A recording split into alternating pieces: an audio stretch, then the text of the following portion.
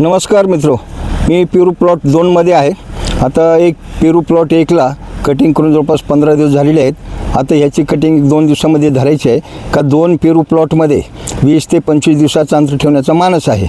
म्हणजे तो पुढे चालून विक्रीला दराला वेळेवर व्यवस्थित भाव मिळेल त्या हिशोबानं।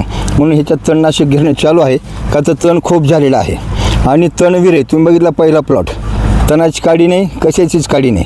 त्या हिशोबानं त्याला 1-2 दिवसाला कटिंग करायचं आहे, त्याच्या आधी तणनाशक मारून घेणं चालू आहे। मग कटिंगच्या काड्या जमा करणे, आंतरमशागत करणे, मग पुढचे कार्य चालू राहतील।